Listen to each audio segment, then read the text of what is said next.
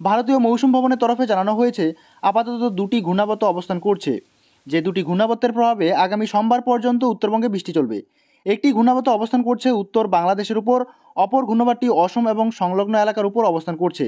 সেই জোড়া ঘূর্ণাবর্তের প্রভাবে অরুণাচল প্রদেশ, অসম, ত্রিপুরা, মেঘালয়ের মতো উত্তর পূর্ব ভারতের রাজ্যগুলিতেও বৃষ্টি হবে।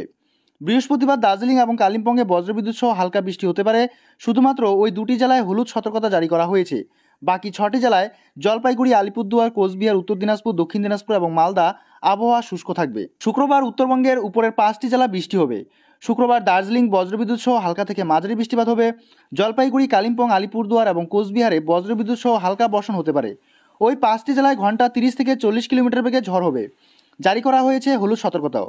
উত্তর দিনাজপুর, দক্ষিণ দিনাজপুর এবং মালদা আবহাওয়া মূলত শুষ্ক থাকবে। শনিবার উত্তরবঙ্গের উপর দিকে জেলাগুলিতে বৃষ্টির মাত্রা বাড়বে। দার্জিলিং, জলপাইগুড়ি, কালিম্পং, আলিপুরদুয়ার এবং কোচবিহারে বজ্রবিদ্যুৎ সহ হালকা থেকে মাঝারি বৃষ্টিপাত হতে পারে। উত্তর দিনাজপুরে বজ্রবিদ্যুৎ সহ হালকা বৃষ্টি হবে। ওই 6টি জেলায় হলুদ সতর্কতা জারি করা হয়েছে। ঘন্টায় 40 থেকে 50 কিলোমিটার বেগে ঝড়ো হাওয়া বইতে পারে।